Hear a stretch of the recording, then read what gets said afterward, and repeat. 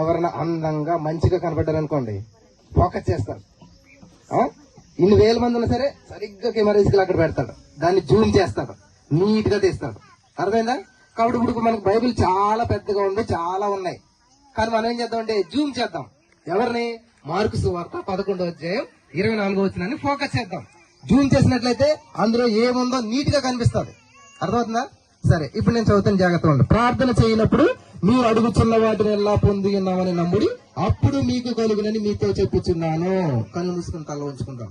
స్తోత్రం దేవ, సర్వోన్నతుడ, పరిశుద్ధాత్మ దేవుడా, ఈ సమయంలో ఈ యొక్క వాక్యాన్ని ధ్యానిస్తూ ఉండగా మాతో మాట్లాడి ప్రతి వారికి వినగల చెవి, గ్రహించగల అనుగ్రహించి విత్తబడుచున్న వాక్యం వ్యర్థం కాకుండా మరి ఈ యొక్క వాక్యాన్ని ఎవరైతే ప్రపంచవ్యాప్తంగా వింటూ ఉన్నారో వారందరి జీవితాల్లో అద్భుతాలు, ఆశ్చర్యాలు చేసి సమస్త మహిమ మీరే తెచ్చుకోమని నజరేయుడైన యేసు క్రీస్తు నామములో ప్రార్థించి నమ్మి పొందుకుని ఉన్నామా పరమ తండ్రి, ఆమేన్.